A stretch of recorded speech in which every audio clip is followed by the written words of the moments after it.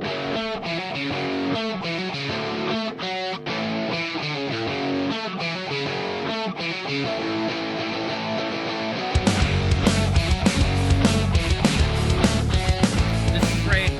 This is FDS NFL.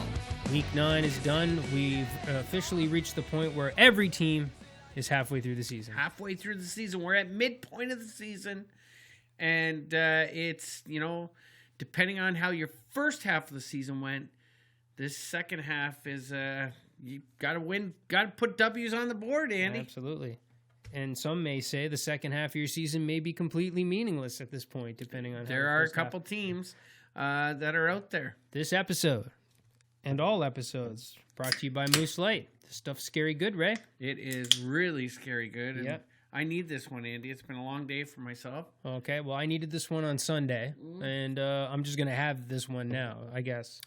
If you need hat shirts like this, jackets, something with a logo on it, see our buddies, the Doyles, a Doyle corporate image, DCU.com. DCI.com. I don't know where you came from. DCI.com.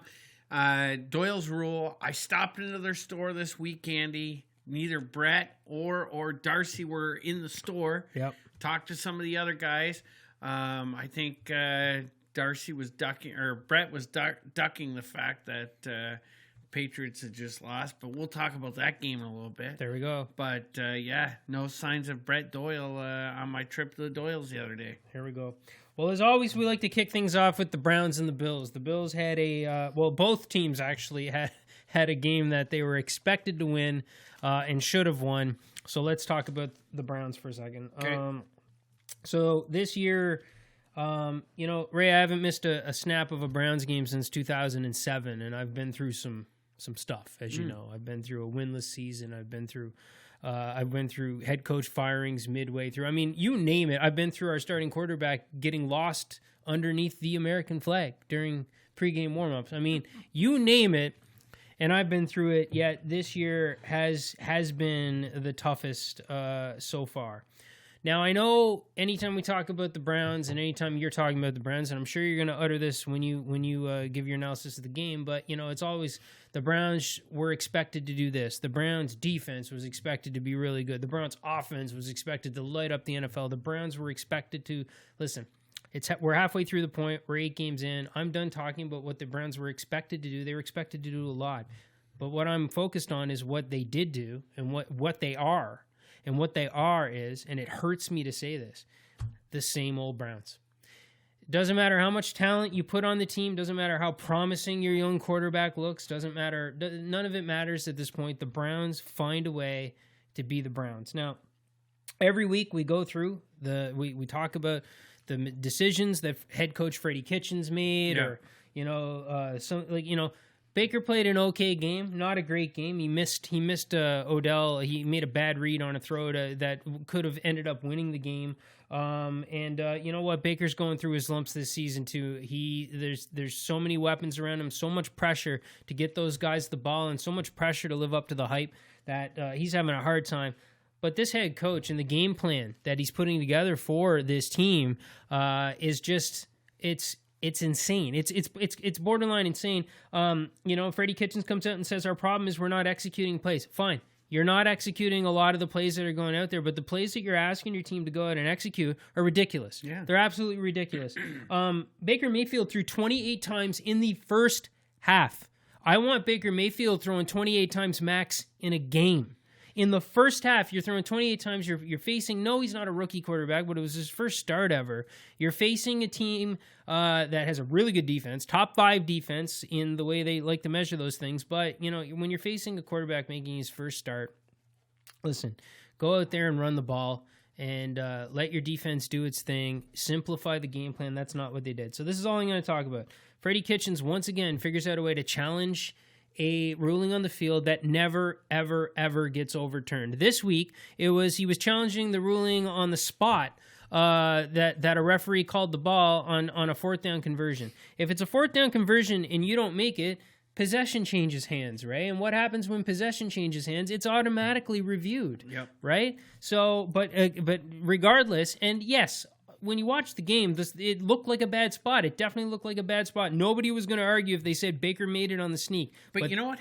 Can I just on that play? What's really interesting? I thought Baker had it. I really did think Baker had it. But what he did was after he got the yards, he turned to look at the first down marker. Right. And when he did that, he turned with the ball, and the referee took the spot of the ball. Yep. And I think had he stayed in his natural position where he was, he would have been ruled the first down. Right. Well, I mean, you saw it as he was looking at the first down marker. I saw it as he was shielding himself from the hit that was coming. But yeah, had he extended, it would have been no problem at all. Yeah. Even without that extension, I thought he made it, but whatever. You don't bother challenging that, Freddie. In the end, we ended up burning timeouts for no reason. There was another timeout was burned because they didn't like the look the defense was giving them. That was nuts. The other one, third quarter, and we kick a field goal and we're down by 2. And our field goal kicker has not missed a field goal this season, and we go for it. Why are you in fourth down situation when a field goal is going to get you within 2 points of the game in the third quarter? Yeah. The only reason that happens is Freddie Kitchens. And then multiple times on the goal line, in the red zone, with multiple shots at it. I don't understand why Nick Chubb, our best player, our most dangerous weapon, that includes Odell Beckham, that includes our quarterback, Baker Mayfield. Why is he not on the field? We run back up running back Dontrell Hilliard instead for whatever reason. I have no idea anymore what they're doing. The Browns are just being the Browns, and at this point, and I'm sad to say this, Ray, but like these next 8 weeks, and I know how they feel, are going to be absolutely miserable because at like every game I'm going to be looking at it, and if it's a win, people are going to be like, is that enough for Freddie Kitchens to save his job? And if it's a loss, is that the nail in the coffin? And like basically, the season's already over. If the Browns win out. Like win every game, they'll go 10-6 and probably miss a wild card because the Ravens. Well, if they go 10-6, it means they beat the Ravens the second time, so there's a chance there that wins them the division. But man, Ray, they're 6-2. Yeah, this team is not winning 8 games in a row. Based on what I'm seeing to date in this season, there's no way they're winning. There's no way they're winning out, Andy. Especially with Freddie Kitchens at the helm. I'm just going to give you my little perspective. Okay, and I haven't heard any other analysts talk about this. It's something I picked up in the post-game interviews with Baker. Okay. Baker, during the game, Baker was calling for the coach to throw the challenge flag. Yeah. Right? Yeah. In his post-game interview, and he just was talking like he normally answers his questions. He says, I thought I had it. I signaled to Freddie to throw the flag. Yeah. And Freddie threw the flag. Yep. Okay? First of all, Baker, it's not Freddie, it's Coach. Right. And the fact that he's referring to him as Freddie shows me a lack of respect, or maybe he doesn't have the respect in the locker room that he should have as a head coach. Because players, I mean... there's a couple. I watch Baker every week. I watch Josh Allen every week, and if Josh Allen's talking about McDermott, it's Coach McDermott. Yep.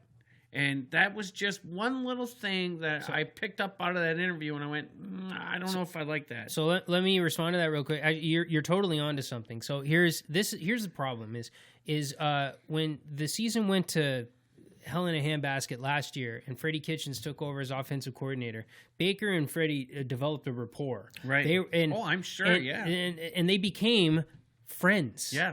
Okay. Here's the problem. That's the problem. Now he's not the offensive coordinator. He's the head coach, and yet Baker still thinks of him as a friend, and I think Freddie still thinks of Baker as a friend. And the fact that Baker just needs to tell him to throw a challenge flag and he's going to do it, you're right. It's a huge problem. Freddie Kitchens needs to start ruling with an iron fist at this point. I still completely agree with the decision not to bring Greg Williams back to be the head coach. But if you look at the second half of last season, Greg Williams didn't care if you were Baker Mayfield or if you were the third stringer. He was telling you the way it is, and he ruled with an iron fist, and that team was so disciplined. That's how they ended up winning all those games. Greg Williams has been a head coach. He knows what it takes to be a head coach. But, here's just a couple other things. In my opinion, if Dorsey doesn't make his decision soon, his head's on the chopping block as well.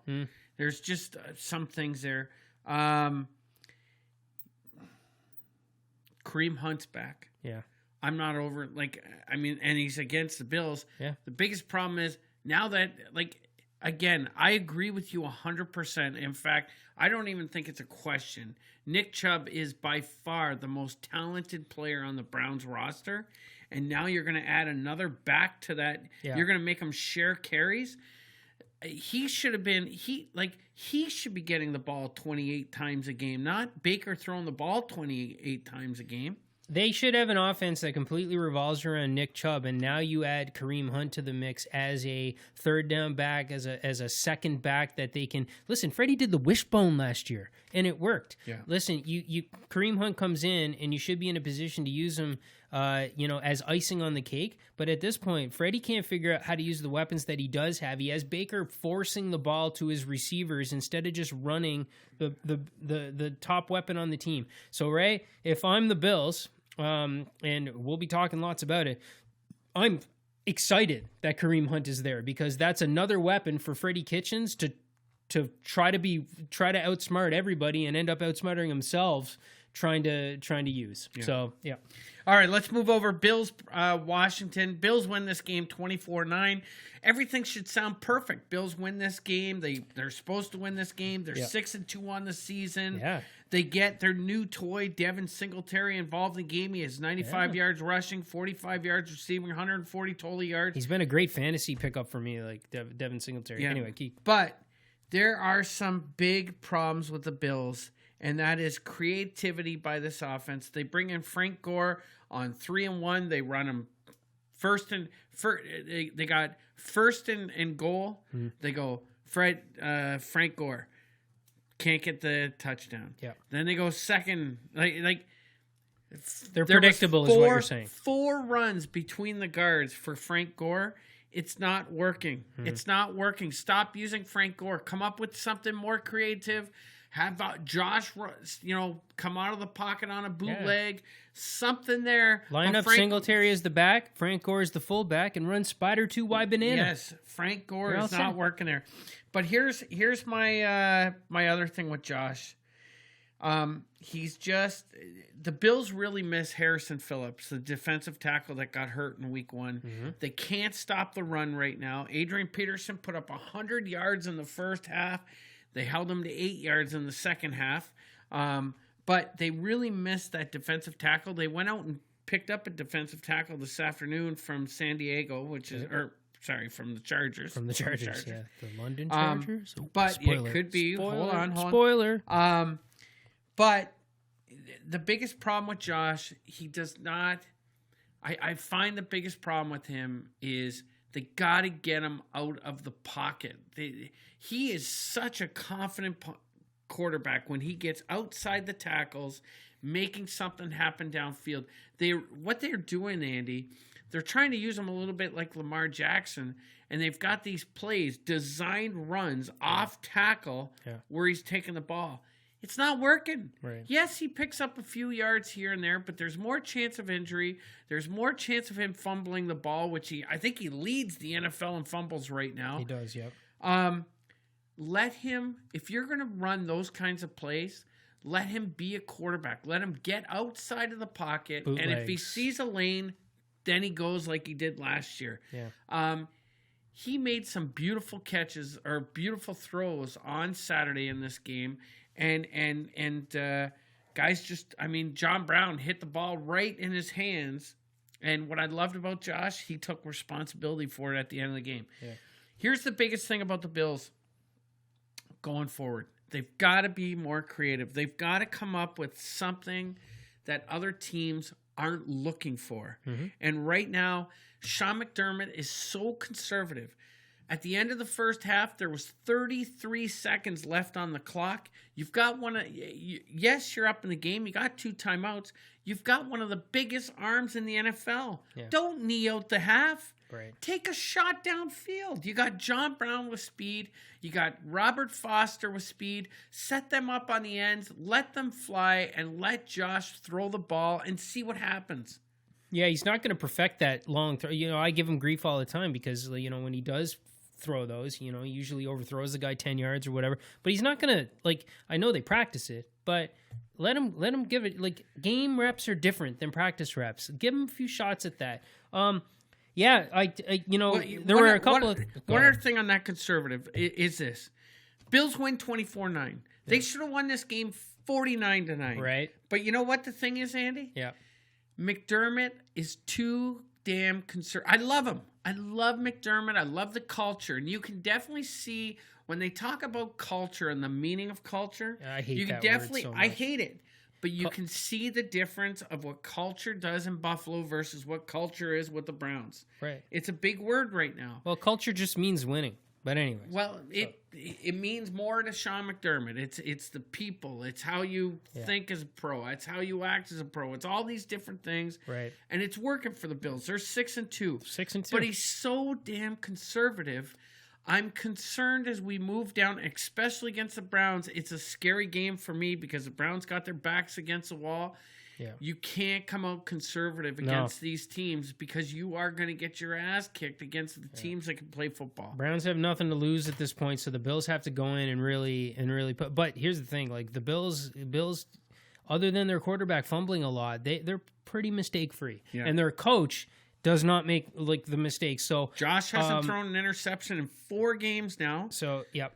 Before we move on to the game of the week, real quickly, a few things that I noticed with Josh is in that John Brown drop and whatnot is Josh is kind of doing what Baker's doing right now. Is everything's a 99 mile an hour heater, and you gotta take that off a little bit.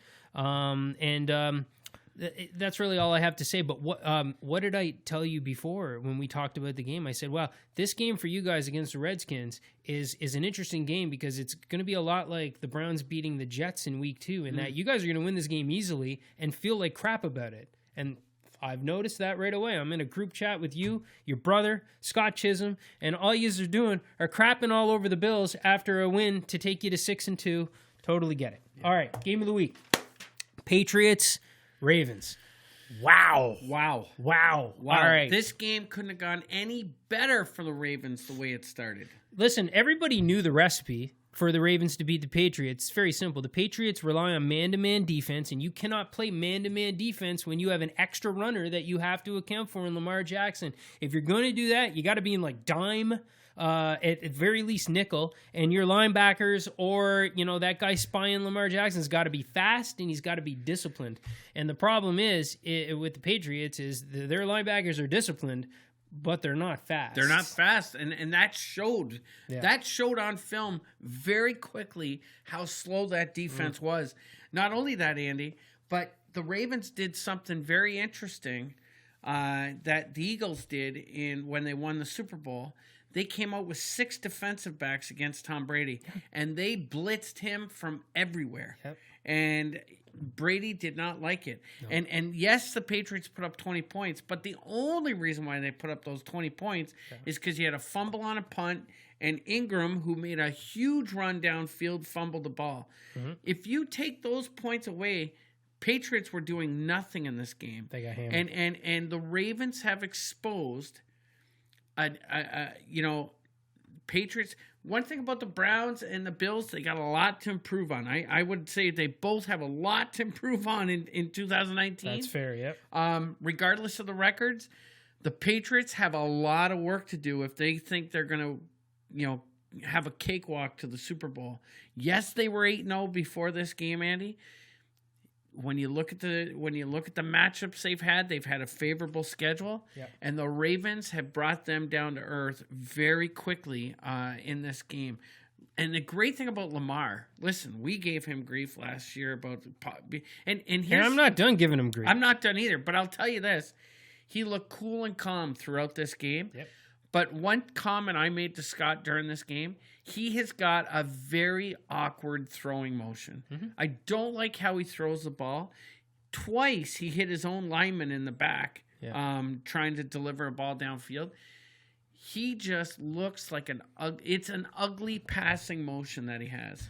Listen, you're talking about the Patriots being exposed a little bit in this, and you're right, and Belichick will figure out a way. But you know what? The Ravens were exposed by the Browns when the Browns embarrassed them, and they're still exposed. Yeah. Why Belichick didn't do this, I think it just comes down to the fact that he didn't have the personnel to do it. But it's Lamar Jackson is a runner first, okay? And keep doing it. That's great. He's electric. And if he can stay healthy in doing it, he can go to the Super Bowl, just like Colin Kaepernick did with this same offensive coordinator and this same offensive system. But what you have to do is you have to absolutely sell out to stop the quarterback as a runner. Mark Ingram might rip off a couple here and there, but you have to sell out to stop Lamar Jackson as a runner and make him be a thrower. Because if you make him throw the ball 25 to 30 times, he can't. He cannot make routine throws when he's throwing in that kind of volume, and that's how you have to stop him. I totally get that, but here's the thing, Andy. This isn't the first time Belichick has seen a Lamar Jackson. I know. He's been around for Randall Cunningham. Oh, yeah. He's been around for Mike Vick. Yep. He's been around for all these running quarterbacks over the years. A guy like Belichick, being the defensive genius that he is, shouldn't have got smacked 37-20 on Sunday Night Football. Yeah, I don't think he has the. Again, I'm not trying to be a Bill Belichick apologist here or anything like that. Like, yeah, he got embarrassed a little bit by the Ravens offense, and he couldn't do anything about it. I don't think he has the personnel on that defense to do anything about it. But the way they're playing, the way the Ravens are playing right now, and we'll see if this lasts. As you know, I'm skeptical, but he's going to have to figure it out if he wants to come out of the AFC. That's all the biggest problem in this game that I see, and that's for you talked about earlier, is the Ravens are now 6-2. Yeah. And they've got the first seed, and they're the talk of the AFC North right now. All you hear right now is MVP talk for Lamar Jackson. Yeah, and it's fair. It's justifiable. Yeah. Justifiable for sure. Yeah. All right, let's move on to what the. All right. Our favorite segment. What do you got? All right. I'm going on Tom Brady. Okay, last week I almost want to give it a WTF on myself, and I may save this later on for something else. But the fact that I was wearing a Brady jersey last week, that's embarrassing. It's embarrassing. That can be my WTF for the rest of the season. But here's the thing. So last week after the Browns game, he waits outside the locker room for Odell, which we talked about with his son. Yeah. Okay. Now this week they're playing against the Ravens, and in pre-game, Andy, I don't know if you know this, Brady went up to meet Lamar in the pre-game warm-ups, and he said to him, "You're doing some great stuff this year. Keep it up. I'm a big fan." Yeah. Okay. Butter him up a little bit. What the hell is going on with Tom Brady? This is competition you're talking about. You're about to go to war. The old Tom Brady of back in the day, he didn't look at him and Peyton Manning. They hated each other. Brady was a complete ass, which is why most of us non-Patriots fans can't stand the guy. Yep. And now he's buttering these guys up that he's about to play with.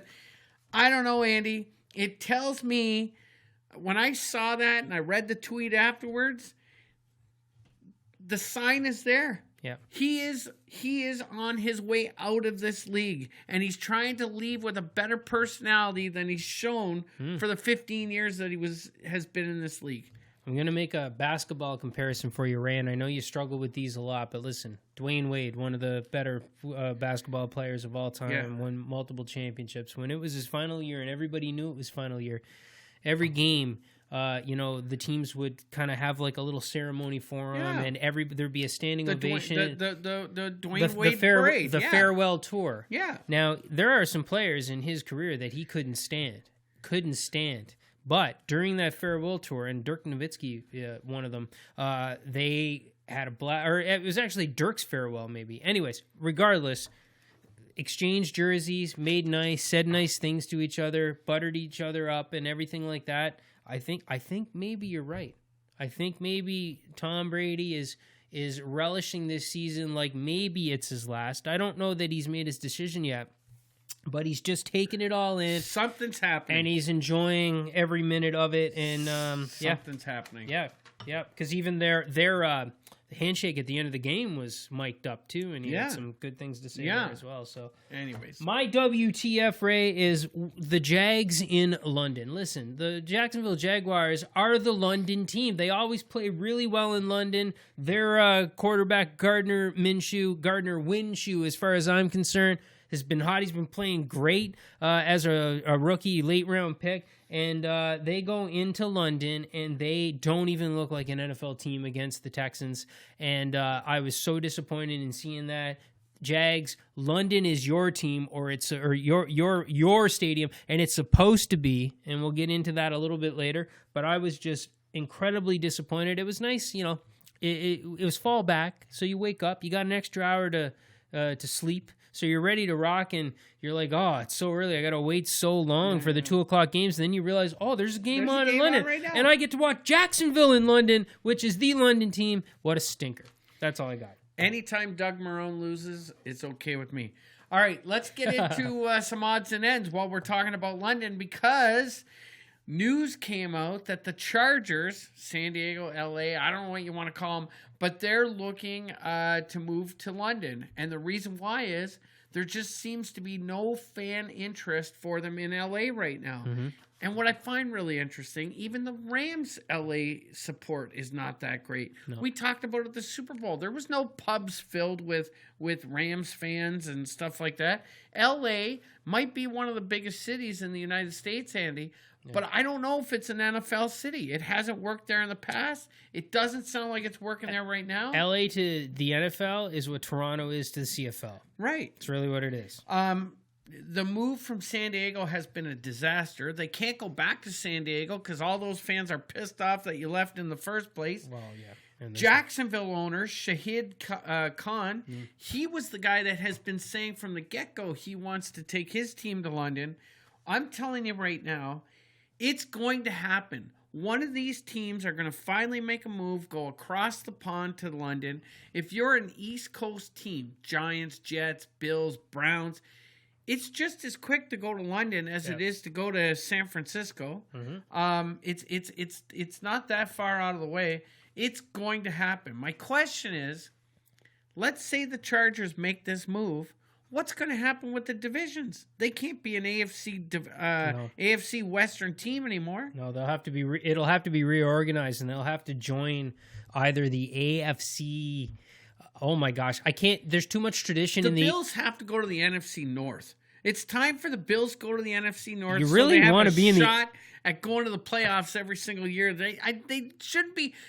Packers, Bears fight NFC North. No, I said AFC North. I meant AFC North. You said NFC North. Sorry, okay, yeah. They need to be an AFC North team, so that way 6-2 they'd be top of the division right now, rather than have the damn Patriots in front of them. I think there's too much tradition in the AFC East for the Chargers to be moved to the AFC East. There's way too much tradition in the AFC North for the Chargers to be moved there. They have to go somewhere, though, where the bulk of their games are East Coast-ish. Yeah. I read earlier today that the one division that would make the most sense would be the AFC South, because there's zero tradition there. Like Jacksonville, expansion team.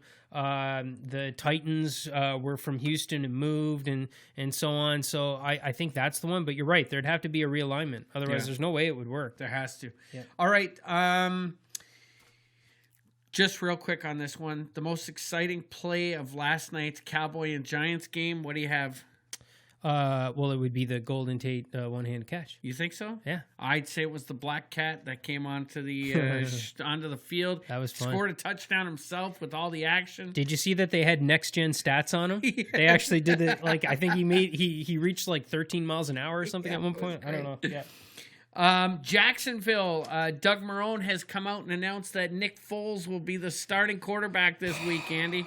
I get it. And I'm sure the GM has something to do with this. You got to find out if you paid him. Yeah, you paid him, so you got to figure it out. But my gosh, Gardner Minshew's stats. I mean, I think he's something like 14 touchdowns, 3 interceptions. I can look that up later. Anyway, he's been unbelievable. He had one stinker in London, but I don't know. I think it might be a mistake. But I do understand the move. You got to find out if you got something in that giant contract that you paid the guy for. So. Cam Newton's done for 2019. My question is he done for good, with the Carolina Panthers? I don't think so. No, I don't think so, but I could care less at this point. I don't like Cam Newton as a player anymore. Well, I never liked him as a player or as a personality, and I just, like, he's just not right unless he's 100% healthy, but I don't know. I think he means too much to Carolina. Hopefully he can get healthy. I don't think he's done in Carolina. If he's going to play somewhere, I think it'll still be there. Yeah. Last thing, Falcons owner Arthur Blank is going to evaluate all aspects of the coaching staff over the next 2 weeks. Yep. In response, Dan Quinn has shuffled some responsibility amongst his coaches. I read this and I couldn't believe it. Yeah, very bizarre. Dan Quinn is on a short leash, Andy. I say within 3 weeks, he's gone. Yeah, and if those of you who don't know what his changes were, and Ray, correct me if I'm wrong, but I think the wide receivers coach is now the defensive backs coach. That's right. It's and the very DB bizarre. coach has moved on to be the receivers coach. I like, what are you trying to accomplish with that? I don't know, but Arthur Blank doesn't fool around, and him making this announcement is basically a prelude to him telling Arthur or Dan Quinn that he's gone. All right. That's your odds and ends for the week, Andy. Overreaction time. Listen, I have 2 overreactions. The first one's about Josh Allen. I'm not going to get into it just for the sake of time at this point, but like I was telling you earlier, ever since, about midway through the season last year, it's hard to find somebody that loves Josh Allen. I know Chris Sims loves him, and there might be a few other guys, but it's hard to find somebody that hates him. Right. Well, the last couple of weeks on the podcasts that I listen to the most, I found some people that cannot stand Josh Allen as a quarterback. On the MMQB podcast, Gary Grantling, I believe, is the host, so it's one of the 2 guys that do the Picks podcast with him, said Josh Allen should not even be an NFL quarterback. And he even went so far as to say that if Matt Moore was the Bills quarterback, that they would actually have a better record right now than Josh Allen. And I just wanted to tell you that when I heard that, I was flabbergasted. I don't agree with that. I think that's a huge overreaction. Yeah, and my guys at the Around the NFL podcast, who I love so much, they didn't say anything like that. It wasn't that bad, but they do not believe in Josh Allen as a NFL quarterback. And I just again, you think I'm crazy that I still think Baker Mayfield's the better quarterback, and I still do. But that being said, Josh Allen is an NFL quarterback. So, like, I was amazed. I was amazed that I heard that. And my other overreaction is just, let's talk Lamar Jackson really quickly here. If that Patriots defense, which everybody has been lauding as the number 1 defense in the entire league, if they couldn't guard Lamar Jackson, nobody can. Do you agree? Listen, what I saw. Listen, one thing that Lamar Jackson has over Josh Allen and Baker Mayfield is a bona fide, solid head coach in the NFL. Right. I think Josh Allen has a good head coach, but he does have a good head coach. Yeah. But Harbaugh is a fantastic head coach. Yeah. And he didn't like it last year. He didn't want to go. He didn't want to leave Flacco to go to a running quarterback. He didn't want to dedicate himself to this, but he's doing it. But he's doing it, and he's putting the game plans together. And I know Belichick gets all the limelight because he's got 6 Super Bowl rings. Harbaugh's no slouch. Watch out for this guy because he's now got a game plan that can beat any team. Well, this is why I think it's an overreaction. If the one team that can defend you and defend you easily is these Cleveland Browns, this clown show, you can be guarded. Right. Yeah. All right. Andy, we got to do fantasy real quick this week. All I can tell you, I went 0-2 in both my leagues. Bye weeks killed me this week. Yeah. I got nothing to talk about fantasy. I also lost in the 2 leagues that we talk about the most, and in both those leagues I benched my usual quarterbacks and played Gardner Minshew, thinking he was going to be amazing in London, and he's actually been good the last couple of weeks. And the quarterback in both cases that I benched for him was Jimmy Garoppolo, because Jimmy Garoppolo is solid, but he's not a guy that puts up big stats. He's more of a game. Jimmy G had a big game. He had a big week. He put up a lot of fantasy points, and Gardner Minshew might as well have been a tight end. Yeah. And man, this is the worst season in fantasy football for tight ends that I have ever been a part of. There you go.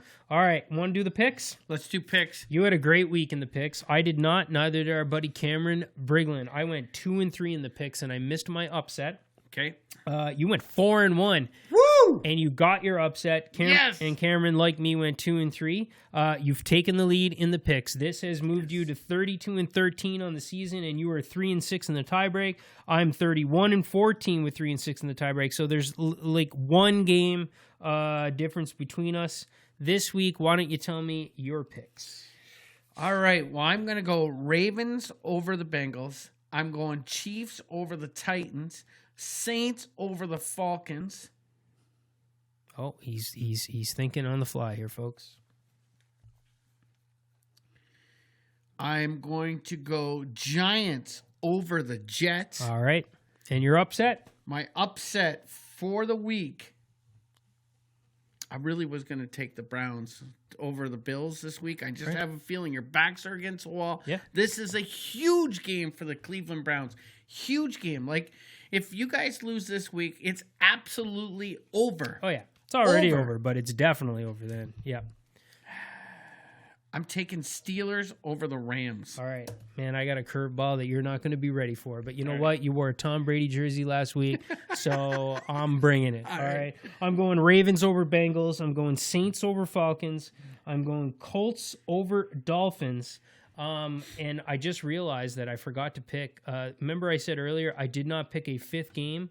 Well, I am going to go Giants over Jets as well. Okay. And my upset for this week, I am taking the Bills upsetting the Browns because as of today, if you look at all the lines, the Browns are favored by a field goal because they're at home. Yeah. I cannot believe it, but we've been going with this the whole year, so I'm using it. I got the Bills upsetting the Browns this week as my upset. So I thought you would enjoy that very much. Good. Yeah, that's pretty good. Yeah. Right now, the way we did our CFL picks, I'd say the Browns were the underdog, but you're right. I saw the line today was 2.5 points. I can't believe it. I mean, I understand, the Bills, other than the Redskins, even when the Bills should blow out a team, they don't. Like they typically, the Bills, that podcast, they can't stand Josh Allen. They're a betting podcast, so they talk about the spreads and everything like that. And they're like, the Bills have no business being favored by 10 over anybody, including college teams. Again, these guys are really hating on them. I agree, but that's Coach McDermott. Yeah. Coach McDermott does not care about the spread. I can tell you that. If he could win every game by 1 point, he's all in on that. Well, that's fine, but even with all of that, I find it just indefensible. Like it's just unreal that a 2-6 football team is favored at all over a 6-2 football team. I think it's stupid. Yeah. But I'm going with the upset. It's the Battle of the Lake. Battle of the Lake. Yeah. And I'll tell you one thing, from growing up on that lake, there was no part of that lake that had more pollution on it than Cleveland Browns or the city of Cleveland. The pollution was horrendous up at that end of the lake. But you think that'll have impact on the game, Ray? I don't know. I'm just telling you. Yeah. That's why I chose the Browns. There you go. Or the Bills. That's why I chose the Bills. That's why you chose the Bills. All right, guys. That's our picks of the week. We've talked a little fantasy. We've talked a lot of overaction. We talked a lot about the Browns and the Bills this week. Well, that's just anybody who listens to this show knows that's going to happen whether they want it or not. So if you're listening on your podcast app, please leave us a rating and a comment. And if you're watching us on YouTube, please like, comment, dislike, subscribe, whatever you want to do. Just do something to interact with our video so that we know you're out there. And Cameron, thanks again for sending your picks. Hopefully you and I can do a little better this week. Yeah. If not, I'm going to keep the lead. Keep the lead. All right. See you guys. See you.